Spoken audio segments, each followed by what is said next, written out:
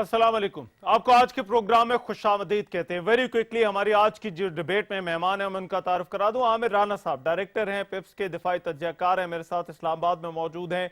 इम्तियाज गुल साहब senior analyst, बड़ी इनकी नजर है सिक्योरिटी से जुड़े मामलात पर। इम्तियाज गुल साहब भी मेरे साथ इस्लामाबाद स्टूडियोज में मौजूद हैं।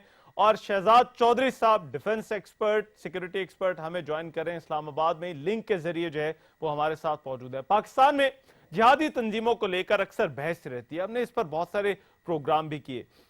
इनके किरदार और सरगर्मियों पर जो है वो बहुत ज्यादा तनकीद होती है और ये पूछा जाता है कि इन ग्रुप्स को पाकिस्तान में काम करने की किस तरह से इजाजत है। अब एक बार फिर यही बहस है और ऐसे वक्त में है जब मकबूजा कश्मीर में आजादी की तहरीक फैसला कुन मरहले में है और भारत दुनिया की तवज्जो मकबूजा कश्मीर से हटाने के लिए और पाकिस्तान को आलमी बरादरी में तनहा करने के लिए पाकिस्तान पर इल्जामात इन्हीं तंजीमों के नाम लेकर लगा रहा है।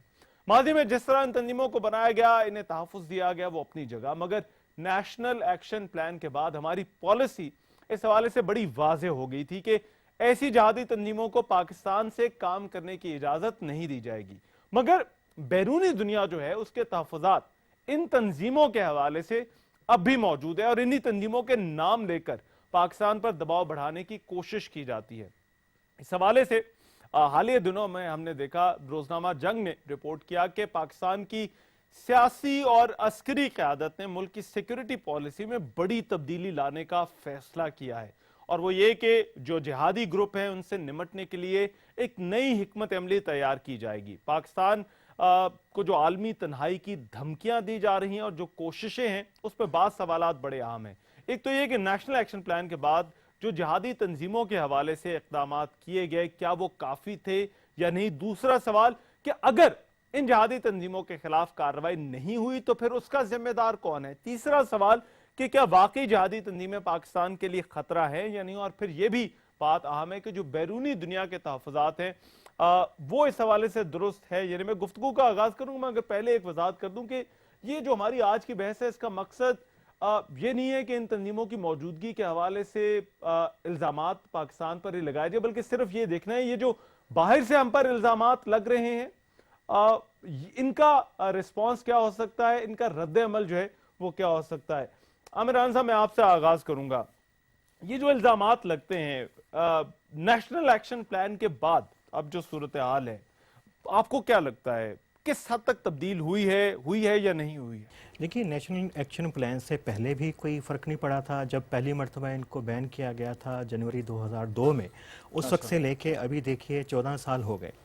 सिर्फ हुआ ये है कि कुछ तंजीमों के नाम बदल गए और कुछ तंजीमों ने तो नाम भी बदलना गवारा नहीं किया बैन होने के बावजूद, तो काम करती रही हैं और अभी भी कर रही हैं। नेशनल एक्शन प्लान के अंदर बड़ा सराहत के साथ कहा गया था कि जितनी भी कालअदम तंजीमें उनको काम करने की इजाज़त नहीं दी जाएगी। ठीक है, उसके अंदर से चंद एक तंजीमों के बारे में हम कह सकते हैं कि बिल्कुल कार्रवाई हुई, जिसमें सेक्टेरियन ग्रुप थे, लश्कर जंगवी टाइप के, और कुछ जो पंजाबी तालिबान के फैक्शन थे।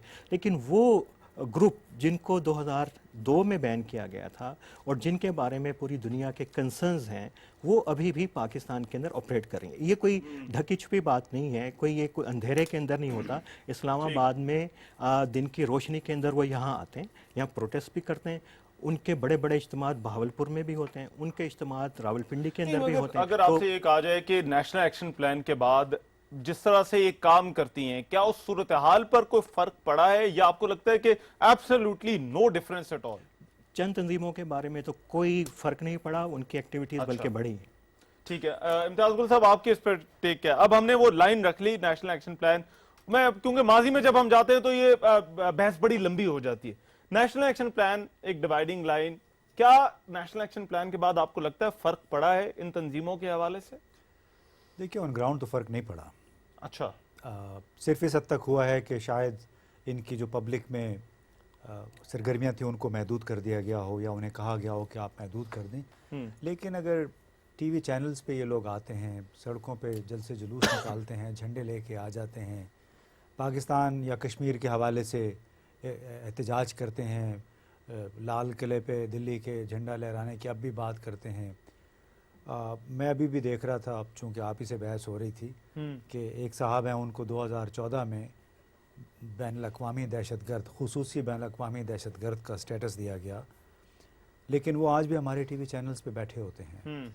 तो पाकिस्तान जैसे मुल्क को जिन्होंने नेशनल एक्शन प्लान बनाया, हुकूमत ने और फ़ौज ने मिलके, उनको इस अमर पे गौर करना चाहिए कि चाहे वो डेजिग्नेशन गलत है या ठीक है, आया हमने जो नेशनल एक्शन प्लान में वादे किए हैं, अच्छा, वो उन पे अमल दरामद किया या नहीं किया, और हमें इसमें नहीं जाना चाहिए मगर कि वो सिर्फ- डेजिग्नेशन ठीक थी या मैं गलत सिर्फ थी। I am just playing the devil's advocate, मगर कुछ इकदाम हुए। 4th शेड्यूल की लिस्टें असर नौ तरतीब दी गई, उसके बाद इनके बैंक अकाउंट्स पे जो है वो अभी हमने देखा बड़ा एक क्रैकडाउन जो है वो किया गया।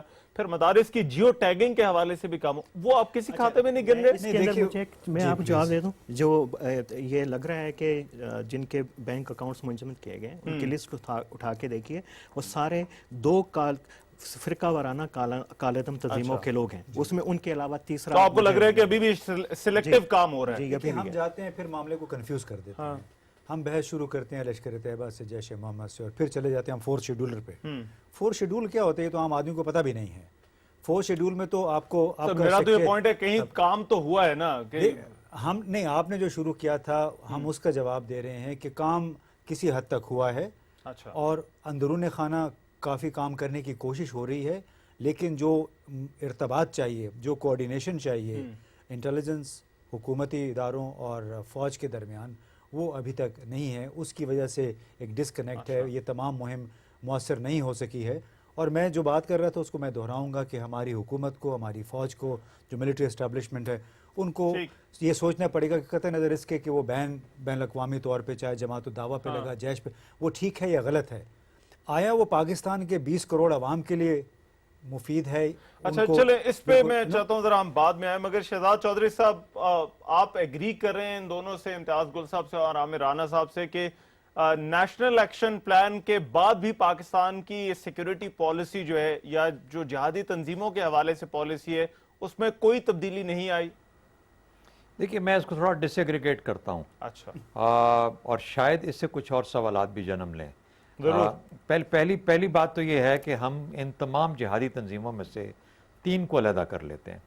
हक्कानी नेटवर्क, जिसका कि अमेरिका और अफ़गानिस्तान को बहुत शिकायत है, और उसके बाद जैश ए मोहम्मद और जमात दावा, जिसका कि दुनिया को अमूमी तौर पर और भारत को खुसूसी तौर पर बहुत शिकायत है। अच्छा, इन 3 तंजीमों के अलावा बेशुमार और ज़ैली तंजीमें और बाकी तंजीमें, इंडिपेंडेंट तंजीमें भी एग्जिस्ट करती थी। लश्कर जंगवी का नाम बड़ा मशहूर है, और भी इस तरह के ग्रुप्स रहे हैं। और उसके बाद तहरीक तालिबान पाकिस्तान की तो अपनी एक हैसियत इस्टेब्लिश हुई पिछले काफ़ी सालों में। कहने का मतलब ये है कि अब हम इन 3 तंजीमों को अलहदा करके अगर हम ये सवाल अपने आप से पूछें कि क्या ज़रब-ए-अज़्ब और नेशनल एक्शन प्लान, इन 2 एक्शंस के बाद जो स्पेस थी इनके लिए, पहली बात है कि इनका कला कमा हुआ या नहीं हुआ, इनकी स्पेस ऑपरेट करने की कम हुई या नहीं हुई, सिग्निफिकेंटली कम हुई या मार्जिनली कम हुई, तो फिर हम एक उस नतीजे पे पहुंचते हैं कि ज़रब-ए-अज़्ब और नेशनल एक्शन प्लान ने किसी न किसी हद तक इन तंजीमों के खिलाफ कुछ ना कुछ असर छोड़ा, मेरी नज़र में ज़रूर छोड़ा। अच्छा, अब इन 3 तंजीमों पे आ जाइए जो कि करंट मामला है, जिनके ऊपर के ये सारे का सारा शोर उठा है। उसके ऊपर पहला सवाल ये मेरी तरफ से ये है, और मेरे साथी भी इसका जवाब दें, और मेरे ख्याल में I would like to learn from them, कि क्या मिसाल के तौर पे हक्कानीज़ की रेलेवेंस पाकिस्तान के लिए अभी भी है या नहीं है। ऑफ कोर्स एक स्टैंडर्ड असूल के तहत तो हरगिज़ नहीं है, किसी की भी नहीं होनी चाहिए। अच्छा, लेकिन ये भी एक हकीकत है कि पाकिस्तान की रियासत ने इस किस्म के ग्रुपों को एक तरह से सरफे नज़र किया है over the last decades.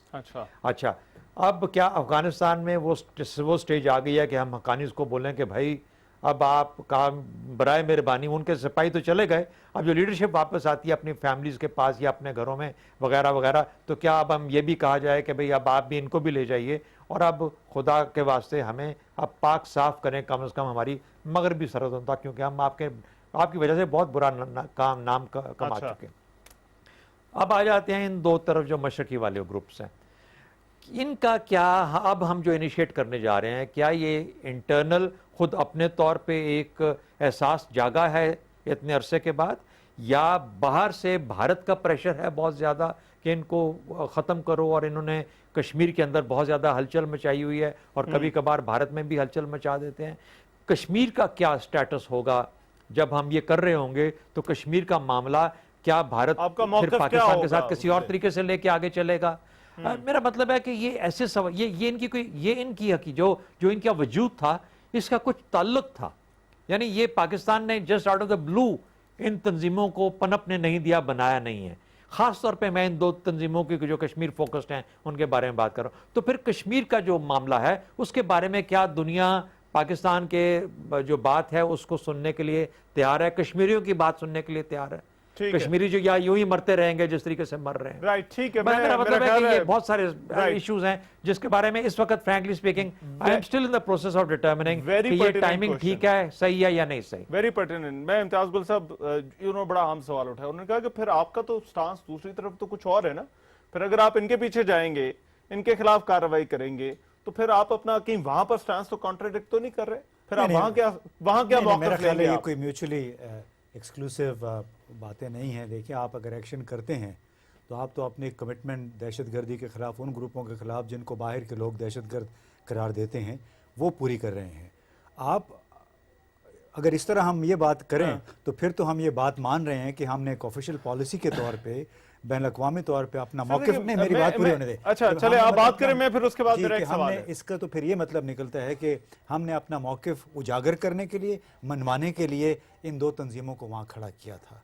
Sir, मगर अगर दो आप चीज़ों का मुझे अगर ये जवाब मान दें। लें तो फिर तो सारा एक मामला तो ही ये खत्म हो कि गया। उनकी मौजूदगी अभी है, उनकी कार्रवाइयां यहाँ पर नहीं। मेरा जी। सिर्फ सवाल सुनिए। जी, जी। उनकी मौजूदगी है, उनकी कार्रवाइयां यहाँ पर नहीं है। वो कहते हैं कि हम लोग भी वहां से आते हैं। जब उनसे बात की जाए, मैं उनका मौक़िफ़ आपके सामने रख रहा हूँ, वो कहते हैं कि जो लोग वहां पर जाते भी हैं वो कश्मीरी जाते हैं और जो है वो सोली वहां पर फोकस्ड है। तो फिर भारत भी तो ऐसे कर रहा है ना। प्रामदाग वहां पर जो है वो नेशनैलिटी के लिए, जो है वो असाइलम के लिए वो दरखास्तें दे रहा है। वहां पर ये पॉलिसी अच्छा, फिर तो नहीं, सबके देखिए- लिए, फिर हम ये कहें इंटरनेशनली भी सबके लिए जो है वो एक पॉलिसी नहीं, होनी अभी तो हम चाहिए। अपनी बात कर रहे हैं ना, पाकिस्तान के अंदर क्या हो रहा है, पाकिस्तान ने क्या किया है, क्या ये दुरुस्त किया है पाकिस्तान ने, हम ये कह रहे हैं। ठीक है। अब मुझे कई रोज़ से, कई श्रीनगर से कोई साहब हैं, फ़ोन करते हैं, वो ये कह रहे हैं कि खुदा के लिए आप यहाँ पे जो इस दफ़ा तहरीक चली है वो इंडिपेंडेंट है।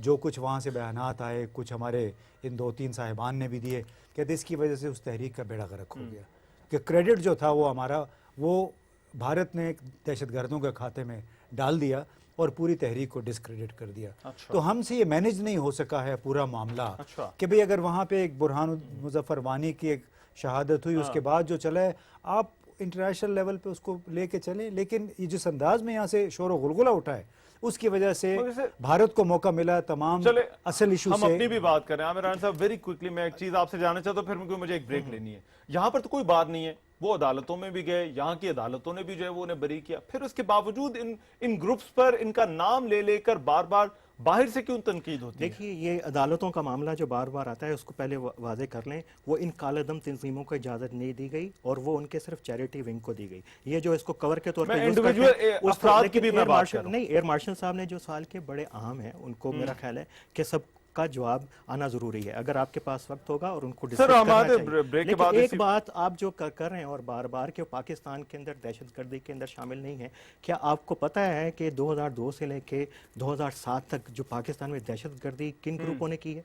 वो इन्हीं के ग्रुप थे और आपस में, बल्कि ऐसे ग्रुप जो बाद में राह रास्त पे आ गए, वो भी 2007 तक मुलविस है। इनका तमाम डाटा मौजूद है और अभी भी, और ख़ास तौर पे देखिए कि अलकायदा और दाइश का जो रिक्रूटमेंट बेस है वो क्या है। क्या वो गलियों में से जाके मस्जिदों में से बराह रास्त रिक्रूट करते हैं? 94% तमाम city counter terrorism department Pakistan के उठाइए, उन्होंने जो अभी अरेस्ट की हैं, जो इन्वेस्टिगेशन हो रही हैं, जितने केसेस हैं, उसमें से तमाम हर किसी दहशत गर्दों का ताल्लुक किसी ना किसी ऐसी ही आपको तंजीम लगता से है ये ताने बाने जो है वो मिले हुए बिल्कुल हैं, ऐसे ही आपका है। और connection जो है वो इंटरनल मिले जो हुए हैं। सिक्योरिटी का दाइश मसला दाइश इसी के के साथ साथ इस भी पर जुड़ा मैं हुआ है। मजीद डिस्कशन वो करना ज्यादातर चाहता हूँ। एक ब्रेक लेनी है, लश्कर तैयबा एक से उनका ब्रेक ताल्लुक लेते हैं। है। ब्रेक के बाद जब हम वापस आएंगे तो खास तौर पर मुझे एक और जो इसका बड़ा अहम पहलू है वो बैरूनी दुनिया के तहफ़्फ़ुज़ात के हवाले से है, उस पर भी हमें बात करनी है। हमारा पैनल हमारे साथ मौजूद है। वापस आते हैं इस ब्रेक के बाद। ब्रेक के बाद प्रोग्राम में एक मरतबा फिर से खुशामदीद। हमारा आज का सवाल के जिहादी तंजीमों के हवाले से और यहाँ पर जो कार्रवाई तो नेशनल एक्शन प्लान के बाद सूरत हाल किस हद तक तब्दील हुई है, इस पर बैरूनी दुनिया के जो तहफ़्फ़ुज़ात हैं वो दुरुस्त हैं या नहीं। मैं आमिर राना साहब, ब्रेक पर जाने से पहले आपसे बात हो रही थी, ये जो इक़दामात हैं, जो बाहर से कंसर्न्स आते हैं, जो बाहर के तहफ़्फ़ुज़ात हैं, इनका जवाब क्या हो सकता है पाकिस्तान के पास? अब आप तो ये कह रहे हैं कि भाई आपको सिचुएशन में, सूरत हाल में कोई फ़र्क नहीं लग रहा, चाहे वो इन ग्रुप्स की बात हो, हक़ानीज़ की बात हो, या मेरे कहने से या दीगर किसी ग्रुप्स के की। इनकार करने से फ़र्क नहीं पड़ेगा।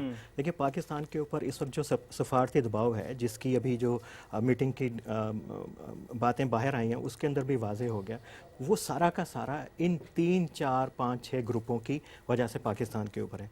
आप अंदाज़ा कर सकते हैं कि जब खा गवर्नमेंट के लोग हों, खा कोई डिप्लोमेट हो, खा कोई सिविल सोसाइटी का नुमाइंदा हो, कोई थिंक टैंक का कोई एनालिस्ट हो, जब आप किसी इंटरनेशनल फोरम के ऊपर जाके कश्मीर की बात करते हैं, तो सिर्फ एक सवाल आपको डिफेंस के ऊपर ला के खड़ा कर देता है और लोग आपसे पूछते हैं कि इन दहशत गर्दों का स्टेटस बताइए। आप अपने डिफेंस के अंदर आपके पास बात नहीं है बाहर, क्योंकि अमरीकियों को भी ये कहा जाता है कि सिर्फ हक्कानीज का नाम आता है, उनकी तान जो है वो यहाँ पर आकर टूटती है, चाहे उन्हें ग्राउंड रियलिटीज का कोई इल्म है या नहीं है। और इसी तरह भारत की जब बात की जाती है तो वो भी जो है वो कोई भी वाकया हो, देखिए मैं अभी वाकयात की, जहां तक ग्रुपों की मौजूदगी है वो अपनी तरफ रख दें, मगर जहां तक वाकयात की बात है, वो हर वाकये का, चाहे वो मुंबई हो चाहे उड़ी हो, हर वाकये का ताल्लुक जो है वो हाफिज सईद और जमात दावा से जोड़ दिया जाता है, विदाउट इन्वेस्टिगेशन और बगैर किसी। अच्छा, ये देखिए, इन्वेस्टिगेशन बहुत सारे मामलों की हुई है, लेकिन इंटरनेशनल कम्युनिटी दहशतगर्दी के बारे में, इंतहा पसंदी के बारे में इंतहाई सेंसिटिव है इस वक्त पूरी दुनिया। उसमें ये नहीं है कि मगरिब, उसके अंदर आपके मुस्लिम ममालिक भी, आपके इल्म के अंदर है कि सऊदी अरब के अंदर जो खुद कुछ रियाज वाला धमाका हुआ कौन है और कितने पाकिस्तानी सऊदी अरब ने पकड़े। चले मुंबई ट्रायल से शुरू कर लेते हैं, मैं मुंबई ट्रायल से शुरू कर लेते हैं।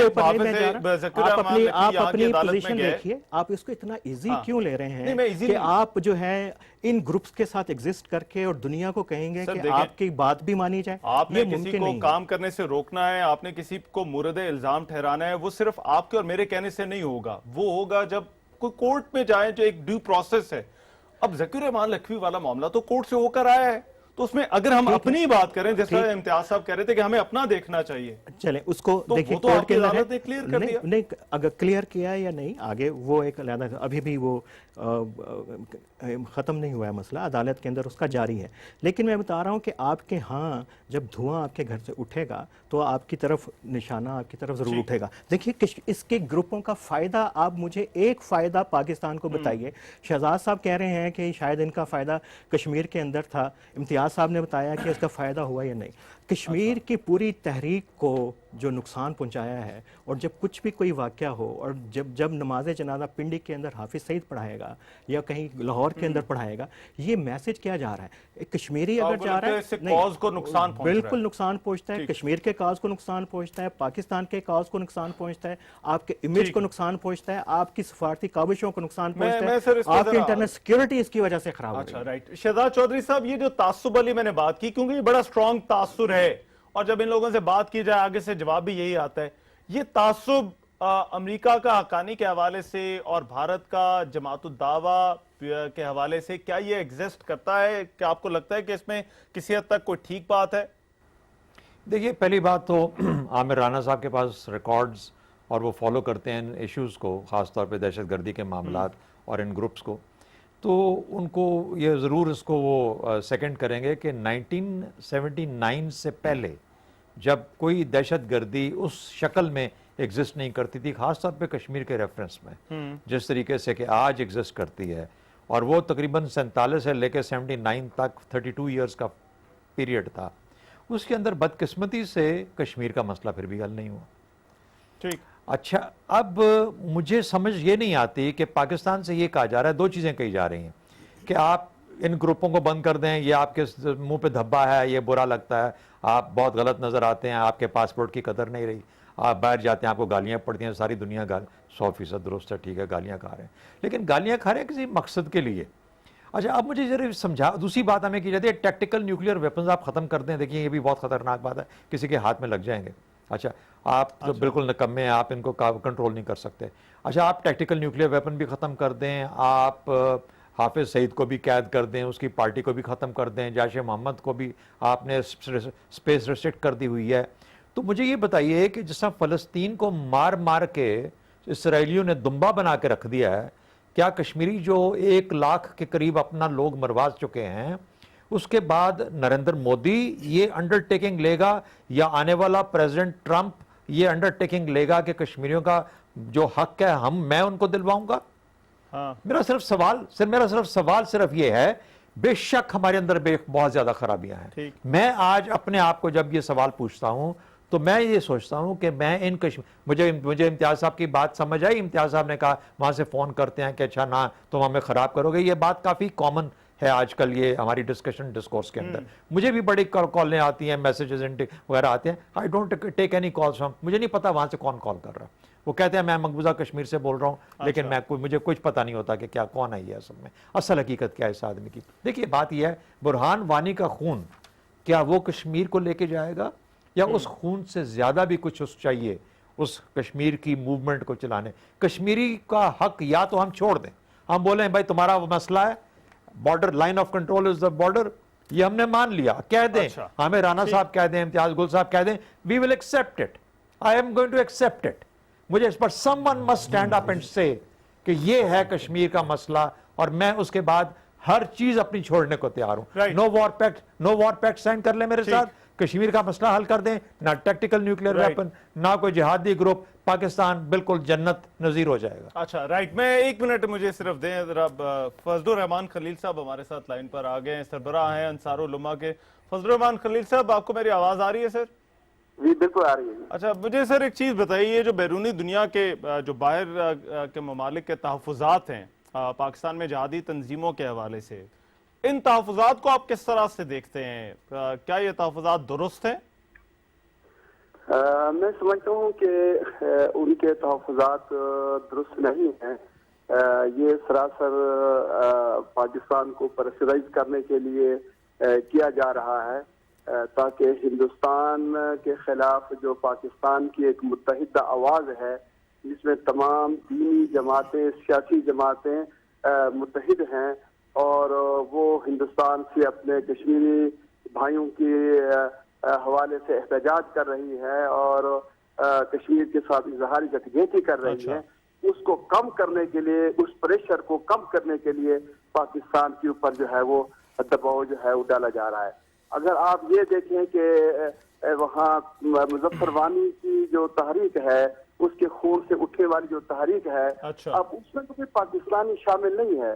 तहरीक मकबूजा कश्मीर में है, जम्मू में है, वादी के अंदर है और दबाव डाल रहे हैं पाकिस्तान के ऊपर। अगर तो मुजफ्फर वानी वो पाकिस्तान का था, मुजफ्फर वानी किसी पंजाब के इलाके का था, तो फिर तो हम कह सकते हैं कि यार इधर इनका दबाव डालना ठीक है। कश्मीर वादी में यानी मकबूजा कश्मीर के अंदर जो चलने वाली तहरीक है वो खाली। मगर फजलुर रहमान खलील साहब, हम जब बाहर जाते हैं कश्मीर कॉज की, क्योंकि यहाँ पर भी पहले भी बात हुई, जब हम बाहर जाते हैं और जब भी हम कश्मीर के हवाले से बात करते हैं तो हमसे आगे से सवाल तो इन्हीं ग्रुप्स के हवाले से पूछा जाता है। वो कहते हैं कि चलें वो तो मामला ठीक है, मगर आपके यहाँ भी ये लोग हैं, ये यहाँ से जाते हैं, यहाँ से मिलिटेंसी सपोर्ट हो रही है, तो इसका हमारे पास क्या जवाब है? देखिए हमारे पास उसका जवाब है। आज दुनिया जो है कहते हैं चांद तक पहुंच चुकी है, तो क्या वो इन दहशतगर्द ग्रुपों की तरफ नहीं पहुंच सकती, उनके प्रूफ नहीं ला सकती?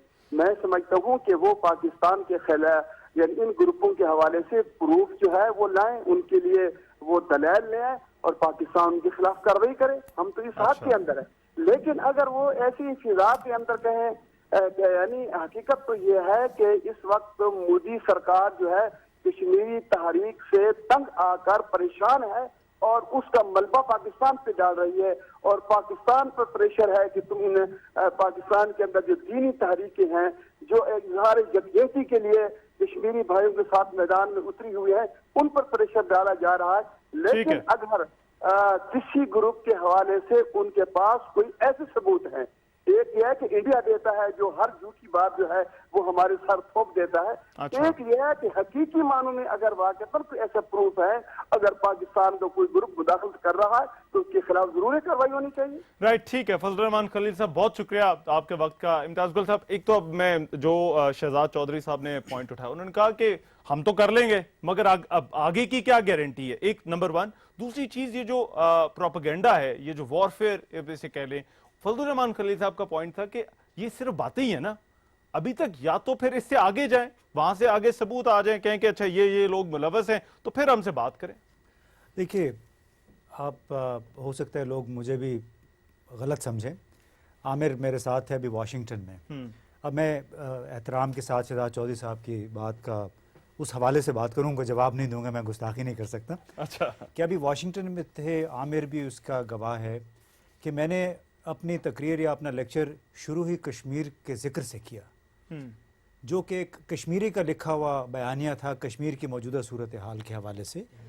आप जो कश्मीर की खिदमत कर सकते हैं वो यही है। वहाँ पे उसका जवाब आप लश्कर तैयबा, जमात और जैश मोहम्मद के जरिए नहीं दे सकते। नहीं, कि कश्मीर की किस तरह से खिदमत कर सकते हैं? खिदमत ये है कि मैं समझाने की कोशिश करूँ कि वहाँ पे जो हुकूक इंसानी की सूरत हाल है इस वक्त, जो जुल्म और जबर जारी है, उसके लिए आप मुसलसल बातचीत करते रहें, लेकिन उसके लिए ये ना कहें कि हमने जस्टिफिकेशन के तौर पे लश्कर तैयबा या जमात दावा या जैश मोहम्मद को रखा हुआ है। हाँ। अगर वहाँ पे हालात बेहतर होंगे तो इन ग्रुप को ख़त्म कर दिया जाए। ये दोनों मशरूत नहीं हैं।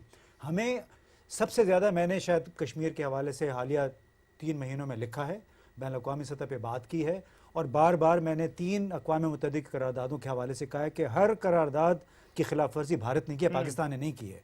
हमें बार बार इस पे तवज्जो देनी चाहिए, न कि जो नॉन स्टेट एक्टर्स हैं। एक कमेंट ले लूं शहजाद चौधरी साहब से, फिर मैं आमिर राना साहब से बात करूंगा। जी शहजाद चौधरी साहब, आप कुछ कहना चाह रहे थे? नहीं, मैं देखिए, जहां तक इन 2 या 3 ग्रुपों को डीफैंग करने का ये जो प्रोसेस है, मैं इसके मुकम्मल तौर पे एग्री करता हूं। यानी अब पिछले ही कल कोलंबियन प्रेसिडेंट को नोबेल पीस प्राइज मिला है इस चीज के ऊपर, साउथ अमेरिका का कोलंबियन प्रेसिडेंट जो है। अच्छा, कहने का मतलब ये हुआ कि ये बिल्कुल सही एक तरीका है, यही तरीका होना चाहिए, और हमने कभी इसको इस्तेमाल नहीं किया इस प्रोसेस को। अल्लाह करे कि हम इस प्रोसेस को आगे लेके जाएं।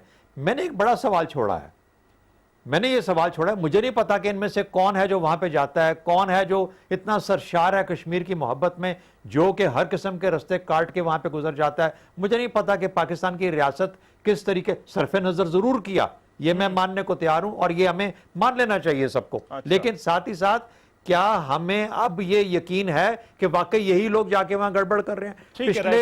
पिछले 3 माह से तो कम से कम बुरहान वानी एक वाहिद एक शम्मा है जो कि वहां जल रही है, ठीक है ना। अब मेरा सवाल ये पैदा होता है कि जिन्होंने फलस्तीन को तबाह करके रख दिया, ये 6 मिलियन या 3 मिलियन, बाकी तो जम्मू शम्मू लद्दाख निकाल दें, ये वैली के 3-4 साढ़े 3-4 मिलियन लोगों को खत्म करना over a period of 30 years, कितना वक्त लगता है?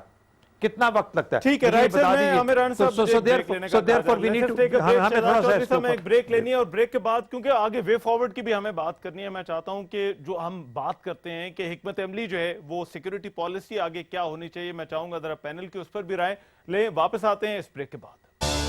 ब्रेक के बाद प्रोग्राम में एक मरतबा फिर से खुशामदीद। हमारी आज की डिबेट और सवाल के क्या बैरूनी दुनिया के तहफ़्फ़ुज़ात पाकिस्तान में जिहादी तंजीमों के हवाले से दुरुस्त हैं या नहीं? आमिर राना साहब, एक तो आप रिस्पॉन्ड करना चाह रहे थे जो शहजाद चौधरी साहब ने सवाल उठाए, मगर दूसरा एक और अहम सवाल, जब हम ये कहते हैं कि इन तंजीमों के साथ जो है वो आगे डील करना है, इन्हें कौमी धारे में लाना है, तो क्या तरीका हो सकता है कि इन्हें कौमी धारे में लाया जाए? किस तरह से लाया जाए? देखिए, उसके ऊपर कई लाहेअमल हैं कि इन ग्रुपों को कैसे लाया जाए। हर ग्रुप के हवाले से भी बहुत सारी असेसमेंट्स हुई हुई हैं का क्या तरीका होना चाहिए। उसके अंदर बहुत सारी शराइत हैं कि कॉन्स्टिट्यूशन को माने, पाकिस्तान से बाहर उसको करें, लेकिन एक प्राइमरी कंडीशन होती है, उसकी डिटेल में हम नहीं जा रहे किस किस्म के मंसूबे हैं।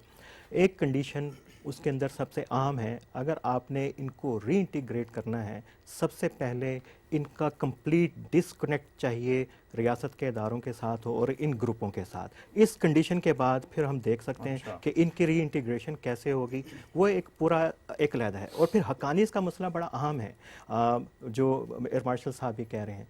देखिए, एक ख़ास इलाके की एक लेजिटिमेट फोर्स है, और अगर पाकिस्तान का उनके ऊपर कुछ असर व रसूख है, तो क्या पाकिस्तान उसकी लॉबिंग कर सकता है कि बातचीत अगर कोयटा शुरा नहीं कर रही, कंधार शुरा फॉर्मेशन नहीं कर रही, तो हकानी इसको एंगेज कीजिए। ये हक। अच्छा। तो क्या इस किस्म की सफारती सतह के ऊपर कोशिश पाकिस्तान नहीं कर सकता? उसके भी बहुत सारे सर तरीके हैं हमने उसको- की ना देखिए, वो एंगेज करने की नहीं, कोशिशों का तो हकानियत जो हकानियत के हुलिया बारे में हुआ वो हम नहीं, सबके नहीं, सामने नहीं, है। वो एक उसमें बहुत बल्कि पाकिस्तान पर उल्टा इल्जामात लगना शुरू हो गए ना। नहीं, कहा ये गया कि भाई इसको इतना आप आसान इन्हें और अगर इतना टेबल सादा पे ला नहीं। सकते हैं तो आप इन्हें खत्म भी कर सकते देखिए हैं। इतना आसान और इसको सादा इसको नहीं लें, लेकिन पाकिस्तान के पास वहाँ पे है हकानियत को बातचीत में एंगेज करने के लिए लॉबिंग की जा सकती है। अभी तो पूरी दुनिया उसको एंगेज करना नहीं चाहती है हकानियत को, इमरान क्योंकि साहब से मैं दहशतगर्द ये है। इस पे लेकिन मैं उसके राय बाद चाहूंगा। लेकिन कश्मीर के अंदर जो बार बार बात हाँ। आती है कि ये देखिए कि जिस वक्त मियाँ साहब गए हैं न्यूयॉर्क में, हाँ। और उससे पहले कश्मीर की सूरत हाल क्या थी, इंसानी हकूक़ की तंजीमें इस मसले को किस तरीके से उठा रही थी, इसके ऊपर वॉशिंगटन पोस्ट का एडिटोरियल था, न्यूयॉर्क टाइम्स का एडिटोरियल था। लेकिन जैसे ही उड़ी का वाक़या हुआ, पूरा सेंटीमेंट जो है वो पाकिस्तान के खिलाफ गया। नहीं सर, अभी भी ये आ रहे हैं देखिए, वैसे नहीं, अभी ये अभी देखिए, अभी कुछ नहीं, मेरी नजर बिल्कुल से नहीं आ गुजरे रहे। इंटरनेशनल प्रेस ने देखिए, अभी भी मैं इन बहुत वाकयात अच्छी को जो है रिपोर्टिंग वो की। बहुत कुछ बड़ा रिपोर्ट्स अच्छा आई किया, हैं लेकिन इस पे। प्रेशर जो है उसके बाद पाकिस्तान मगर के अब जिक्र ऊपर- के जरूर ऊपर किया जाता शिफ्ट है, हो आपकी गया। बात दुरुस्त है हाँ, कि अब नहीं, जिक्र जरूर ये- किया जाता है, साथ ही उसी रिपोर्ट में देखिए, उड़ी मैं वाकये का भी बहुत लिखा सारे जाता है। न्यूज़पेपर जो है ना उसमें हमारे जो करीबी इस्लामी ममालिक हैं, चाइना और सऊदी अरब, और इन सबको मैं तकरीबन 2-2, 3-3 पेपर देखता हूँ। मैंने तो आज तक इनके किसी अखबार के अंदर कोई एक एडिटोरियल नहीं देखा, कवरेज होती है अच्छा। वो मैंने आज तक नहीं देखा। मैं आपको बता रहा हूँ कि पाकिस्तान के ऊपर सफारती दबाव एक दहशतगर्द हमले के बाद, प्राइम मिनिस्टर की जो स्पीच थी शायद उसका असर मुख्तलिफ होता। अच्छा। उसके साथ देखिए कि अभी आपको बड़ा रिसेंटली 4 पाकिस्तान के साबिक सेक्रेटरी खारजा और सफ़ीरों ने एक आर्टिकल लिखा। आपको पता है उसमें उनका आर्गूमेंट किया है। सबसे बड़ा सवाल उन्होंने ये उठाया कि हमारे ऊपर ये जो सफारती दबाव है और हम डिप्लोमेटिक फ्रंट के ऊपर क्यों नाकाम हो जाते सर, हैं। और बिल्कुल एक सवाल है, ये, बिल्कुल है। और वो एक इसीलिए- उन्होंने इसीलिए कहा तो हम ये ये डिबेट बार बार कर रहे हैं। क्यों होता है कि हम अफगानिस्तान राइट, के अंदर मैं हमें जो इमरान है साहब- मिलिटेंट फोर्सेस ही राइट। मिलते हैं इत्तेहाद बनाने के लिए। ये जो क्वेश्चन हमसे पूछे जाते हैं, ये डिप्लोमेटिक प्रेशर हम पर आता है, वो हमें ये कहा जाता है कि भाई आप अपना हाउस एंड ऑर्डर कर ले, वहां पर जो है वो बेहतरी लेकर आए। और मगर जब हम बेहतरी की बात करते हैं तो क्या ताकत का इस्तेमाल होना चाहिए? क्या इनके लिए कोई और पॉलिसी होनी चाहिए कि अगर जब हम ये कहते हैं कि भाई इनका रुख तब्दील किया जाए, इन तंजीमों का मुमकिन है? अगर हो ना हो तो किस तरह से है? देखिए, रियासत के लिए अमली इकदाम उठाना कोई मुश्किल नहीं होता अगर तो रियासत के तमाम इदारे इस बात पे मुत्तफिक हो जाएं कि हमने अब किबला इनका दुरुस्त करना है। तो मैं ऐसी समझता हूँ, शुरू मैंने बात की थी कि इनके दरमियान जब तक कोऑर्डिनेशन नहीं होगी उस वक्त तक इस पे अमल दरामद मुश्किल है। मैं देखिए दो बातें करना चाहूँ। आपने शुरू में उसकी बात की कि बाहर से अदम एतमाद है, बदनीयती है। हमें इस बात पे किसी सूरत में डिफेंसिव नहीं होना चाहिए कि अमेरिका ने लिबिया में, शाम में गैर रियासती अनासर की खुल्लम खुल्ला हिमायत की है, उनकी फंडिंग की है, उनकी ट्रेनिंग की है, अब भी कर रहा है। भारत कश्मीर में इखवान के नाम से तंजीम है जो काउंटर इंसर्जेंट्स के तौर पे यूज़ होते हैं। मकामी जो कश्मीरी इंतहा पसंद कह रहे हैं, बलूचिस्तान में जो कुछ वो कर रहे हैं, जिस तरह से वहां के लोगों को प्रोटेक्ट किया जा रहा है। तो तीसरा बरामदाख बुख्ती। हमें इस बात पे बिल्कुल डिफेंसिव नहीं होना चाहिए। अगर पाकिस्तान ने कोई अनहोनी बात नहीं की है, असल बात यह है कि क्या पाकिस्तान ने इतने अमली इकदाम किए हैं कि इन तहफ़्फ़ुज़ात को एड्रेस करें। मेरा ख्याल है अभी तक इतने तमाम तर कोशिशों के बावजूद ज़रबे अज़्ब के नतीजे में बहुत कुछ हुआ, लेकिन आप देखिए कि हक़ानी नेटवर्क की बार बार बात आती है। मैं एक 30 सेकंड में एक अफ़गान सफारतकार है, वो कहते हैं जी पेशावर में फ़लाँ जगह पे सिराज हक़ानी का एक भाई रहता है, वहाँ पे मीटिंग्स होती हैं। एक भाई उसका नौशहरा में रहता है, वहाँ पे मीटिंग्स होती हैं। तो हम तो आपसे तवक्को ये रखते हैं कि आप इन मीटिंग्स को, इन मकानात को अफ़गानिस्तान में दहशतगर्दी की मनसूबाबंदी का गढ़ ना बनने दें। आया आपने ये किया? क्या हक़ानियों का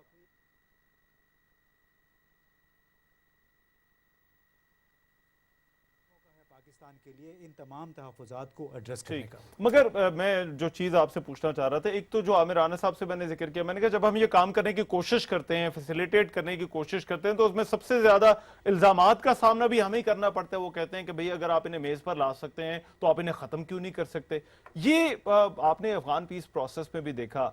ये तो फिर पाकिस्तान की अगर कोई फैसिलिटेट करने की भी कोशिश है या इन्हें आप अगर इस धारे में लाने की भी कोशिश करते हैं तो इसके तो हमारे लिए नतीजा तो मुख्तलिफ ही निकलता है। हमारे लिए तो फिर वही आ जाता है कि जिम्मेदार हमें ही ठहराया जाता है। देखिए, आप भी हमारे साथ थे पिछले अफगान ट्रैक 2 में, उसमें आपने देखा कितने तसलसल के साथ महीने में 2 बड़े वाक़यात हो जाते हैं। अब 2 वाक़यात होते हैं उन इलाकों में जो कि हमारी सरहद के करीब हैं। अगर हम उनसे सख्ती से पूछें जो तालिबान के रहनुमा या छुपे हुए हैं यहाँ पे कि भैया इसमें आपका क्या किरदार है। एक तरफ हम कोशिश कर रहे हैं कि आपका मुज़ाकराती अमल शुरू हो, दूसरी तरफ आप इतने बड़े बड़े हमले कर देते हैं जिसमें 20-20, 40-40 लोग मारे जाते हैं, बेगुनाह लोग मारे जाते हैं। तो इस सूरत में फिर शक तो पाकिस्तान पे मगर आएगा। सर जब हमने भी पाकिस्तान- उनसे फजलुल्लाह का पूछा था तो कोई जवाब नहीं था मिल पाया। मैं एक देखिए, मिनट सिर्फ शहजाद ये- चौधरी साहब को एक engage कमेंट में करना दे चाहता दो। हूं। हम बाज़ दफ़ा जो एक कोवर्ट वार्स का बड़ा पस मंज़र है साउथ एशिया में, इंडिया और पाकिस्तान का बड़ा, उसके साथ आप ये जो पूरी वेव है पूरी दुनिया में एक्सट्रीमिज़म की, उसके साथ मिक्स जब आप करते हैं ना तो आप बहस को जो है वो किसी और तरफ डाइवर्ट हो जाती है। ये देखिए बलूचिस्तान में जो हो रहा है उधर हो रहा है। सबसे बड़ा मसला जो कश्मीर की तहरीक को नुकसान पहुंचा वो यही कि जब 87 के अंदर वहाँ पे खुद लोग उठे और उन्होंने हथियार भी उठाए और प्रोटेस्ट भी किया। जब आपने यहाँ से पाकिस्तान से, बहावलपुर से, पेशावर से, मुरीदके से लोग भेजना शुरू किए, वो आपका केस वहाँ से ख़राब हुआ। शिमला एग्रीमेंट के बाद ये सबसे बड़ा टाइम था आपके पास 87 के अंदर। आप माजी में अब जाना चाहते हैं, बात करना चाहते हैं कि 30 साल में क्या हुआ, तो फिर यहाँ से जरूर शुरू करें कि ये खराब कहाँ से हुआ था कश्मीर का केस। और अभी भी ये पूरा जब बुरहान वानी के बाद हुआ, कश्मीरी ग्रुपों की लेजिटिमेसी के ऊपर बात सर की मगर जा सकती पाकिस्तान का इस पर बड़ा देखिए, क्लियर मौक़िफ़ है। बुरहान वानी देखिए का क्रॉस केस बॉर्डर जो खराब है किसने वो किया अगर है वहां वो- पर कर रहे हैं, मैं अब इसके सबूत तो ना तो मेरे पास है ना आपके पास है, मगर ये है कि जो क्रॉस बॉर्डर है इसमें जो स्टेट पॉलिसी है वो इस हवाले से बड़ी लेकिन बात यहाँ है पे कि देखिए कोई ऐसी किसी भी किस्म की क्रॉसिंग की जो है वो इजाजत देखिए, नहीं दी यहाँ पे जाएगी। नहीं, कोई हम- ग्रुप हम कोई सब- कोई कोई ग्रुप मैं सिर्फ शहजाद चौधरी साहब मौजूदा यहाँ हमलों पे के खुशी हवाले से मनाएं बात कि है, हम तो उसने- जनरल पॉलिसी की हाँ, बात कर रहे मैं हैं। शहजाद चौधरी साहब जब हम वे फॉरवर्ड की बात करते हैं, कुछ डिस्कशन आपने यहाँ पर सुन भी ली, जब हम वे फॉरवर्ड की बात करते हैं सर इनके हवाले से वे फॉरवर्ड क्या होना चाहिए, पॉलिसी अगर हमें अपनी बनानी है या उसको स्ट्रीमलाइन करना है तो आपके जहन में क्या आता है, क्या पॉलिसी होनी चाहिए हमारी? पहली बात तो ये है कि जो जितनी डिस्कशन हुई है आपके स्टूडियो के अंदर, उसमें जो चंद चीज़ें मैं समझा हूँ वो ये है कि उड़ी पाकिस्तान ने करवाया है, अफ़गानिस्तान में जो होता है वो पाकिस्तान करवाता है, यहाँ से बहावलपुर और मुरीदके से जो लोग भेजता है वो पाकिस्तान की रियासत भेजती है। अच्छा, अगर हम इस कॉन्टेक्स्ट, अगर ये मान के बात कर रहे हैं कि उड़ी भी पाकिस्तान का है, ये भी पाकिस्तान करवाता है, फिर तो पाकिस्तानियों को लटका देना चाहिए किसी सबसे टॉलेस्ट खंबे के साथ। दूसरी बात यह है कि आमिर साहब कहते हैं कि ये जो ग्रुप्स हैं इनके ऊपर इस तरीके से इनको वापस री इंटीग्रेट किया जा सकता है अगर इनको किसी ना किसी तरीके से रियासत के शिकंजे से या फौज के शिकंजे से छुड़ा लिया जाए। लेकिन अगले ही लम्हे वो ये कहते हैं कि फौज जो है या जो इदारे हैं ये किसी तरीके से हक्कानी को बोलें कि अफगानियों के साथ मिलकर बात कर लें। अच्छा, जब शिकंजे से छुड़ाएंगे तो फिर सब शिकंजे से छुट जाएंगे। इसका मतलब ये होगा कि फिर हक्कानी के ऊपर भी किसी किस्म का अगर कोई परसीव्ड कंट्रोल है तो फिर हम इस काबिल नहीं है कहने के भाई जाओ जाके बात करो। तीसरी बात, ये हक्कानी का भाई नौशहरा में क्या कर रहा है और क्यों बैठा है? हक्कानी का भाई ये अगर यहाँ बैठा था इस्लामाबाद में तो क्यों बैठा है? ये जो 30 लाख अफगानी बैठे हैं पाकिस्तान में, ये क्यों बैठे हैं? सबसे आसान तरीका है इन 30 लाख अफगानियों को यहाँ से निकालो, ना हक्कानी का भाई रहेगा, ना हक्कानी को आने की जरूरत पड़ेगी यहाँ पे। ये जो मीटिंग है हक्कानी क्योंकि जाहिर है करता होगा, उसके सारी लीडरशिप करती होगी यहाँ बैठ के अपने भाई के घर में, क्योंकि जाहिर है वहाँ खतरा है, वहाँ पे ड्रोन्स हैं, कुछ ना कुछ उसको हो जाएगा। लेकिन लड़ना उसने जाके उधर ही है, पाकिस्तान में नहीं लड़ना। इसलिए वो जब वहाँ पे जाता है, और यहाँ 15 साल अमेरिका की फौज रही, उन्होंने एक एक बंदा नीडल आउट ऑफ द हेस्टैक मारा पकड़ के ड्रोन के साथ, हक्कानी को नहीं मार सके सरप्राइजिंगली। बहरहाल ये तो बाय द वे हो गया। मैं आपके उन नुक्तों की तरफ आता हूं जो कि हमें करना क्या है, वे फॉरवर्ड पॉलिसी। पाकिस्तान ये डिटरमिन करे कि क्या यूएनएससी की रेजोल्यूशंस अभी भी रेलिवेंट हैं या नहीं है, and be very clear about it, क्योंकि उसके अंदर बड़ा साफ और वाजे है कि पाकिस्तान या हिंदुस्तान। फिर उसके अंदर ह्यूमन राइट्स आप सिर्फ एक तर्ज में मत देखें, ह्यूमन राइट ये भी है कि कश्मीरियों की आवाज़ है, तो कश्मीरियों की आवाज़ तो उसके अंदर जिक्र ही नहीं है यूएनएससी रेजोल्यूशन के अंदर। क्या करना है, इसका कैसे लेके जाना है। नंबर 2, क्या कश्मीर पाकिस्तान का मसला है भी या नहीं है? हम पाकिस्तान क्यों इतनी बड़ी एक जंग लेके बैठा है भाई? हम छोटा सा मुल्क है, इतना बड़ा 5 गुना मुल्क हमारा पड़ोसी है, हम किसी तीसरी बंदों के पीछे लेके अपनी जान खतरे में डाली हुई है भाई। फैसला कर लो कश्मीर हमारा मसला है या नहीं है, और अगर नहीं है तो फिर बिल्कुल पाक साफ होके फिर हर किस्म के ग्रुप को यहां से शफाफ कर दो, खत्म कर दो इस चीज को। मेरा अपना ख्याल ये है, मेरा अपना ख्याल ये है, एक मिनट मैं कमेंट दे दूं, अगर यहाँ पे कोई मैं एक मिनट में बात कर लूं जरा, इफ यू परमिट प्लीज। एक छोटी सी बात सर, वेरी ब्रीफली जी। बदकिस्मती से हम असल में अपने अंदर हम ये यकीन कर बैठे हैं कि हमसे गंदा आप पर कौमियत वाला आदमी शायद है ही कोई नहीं, क्योंकि हर गंद हमारे साथ, हर अलाइश हमारे साथ लगी हुई है।